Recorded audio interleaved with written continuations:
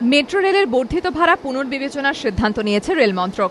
বৃহস্পতিবার তৃণমূল দাবি করল, ভাড়া বৃদ্ধি নিয়ে রেলের এই অবস্থান তাদের আন্দোলনের চাপের ফলেই। মমতা বন্দ্যোপাধ্যায়ের নির্দেশে এদিন রেলের বর্ধিত ভাড়া প্রত্যাহারের দাবিতে কলেজ স্কোয়ার থেকে শিয়ালদা পর্যন্ত মিছিল করে তৃণমূল। নেতৃত্বে ছিলেন সুদীপ বন্দ্যোপাধ্যায়, সুব্রত বক্সী, শুভেন্দু অধিকারী, মদন মিত্ররা। মিছিল শেষে শিয়ালদা স্টেশন চত্বরে এক প্রতিবাদ সভায় তৃণমূল সাংসদ সুদীপ বন্দ্যোপাধ্যায় বলেন, ভাড়া বৃদ্ধির ঘোষণা হতে না হতেই তারা ষষ্ঠীর দিনই বর্ধিত ভাড়া প্রত্যাহারের দাবিতে রাস্তায় নামেন। তাতেই দিল্লির টনক নড়েছে। তাদের চাপে রেল মন্ত্রক বাধ্য হয়েছে ভাড়া বৃদ্ধির বিষয়টি পুনর্বিবেচনা করতে।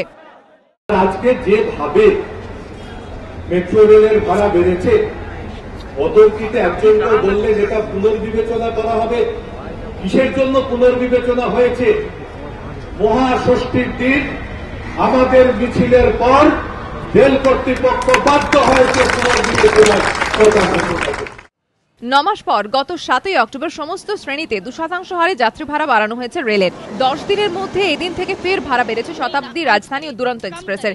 এই প্রেক্ষিতে এদিন তৃণমূলের রাজ্য সভাপতি সুব্রত বক্সী ও যুব তৃণমূল সভাপতি কেন্দ্রকে হুঁশিয়ারি দিয়ে বলেন, বর্ধিত ভাড়া প্রত্যাহারে তাঁরা দিল্লিকে বাধ্য করাবেন। কালীপুজোর পরে এই ইস্যুতে বৃহত্তর আন্দোলনে নামবেন। এদিকে রেল ভাড়া বৃদ্ধির প্রতিবাদে তৃণমূলের আন্দোলনের কড়া সমালোচনা করেছে প্রদেশ কংগ্রেস। প্রদেশ কংগ্রেস সভাপতির দাবি, রেলকে বাঁচাতে ভাড়া একটু বাড়াতেই হবে। রেলকে যদি বাঁচিয়ে রাখতে হয় তাহলে একটু ভাড়া না বাড়ালে সম্ভব নয় রেল চালানো। মিনিমামটা বাড়াচ্ছে, এমন তো কিছু বাড়াচ্ছে না। সেদিন যদি ওনারা রেলটাকে না ডোবাতেন আজকে রেল ভাড়া বৃদ্ধি হতো না। এদিকে মেট্রো রেলের ভাড়া বৃদ্ধির প্রতিবাদে তৃণমূলের পথেই হাঁটল সিপিএম। তাদের যুব ও ছাত্র সংগঠন ডিওয়াইএফআই ও এসএফআই মেট্রো ভবনের সামনে বিক্ষোভ দেখায়। আশাবল হোসেন ও সত্যজিৎ বৈদ্যর রিপোর্ট, এবিপি আনন্দ, কলকাতা।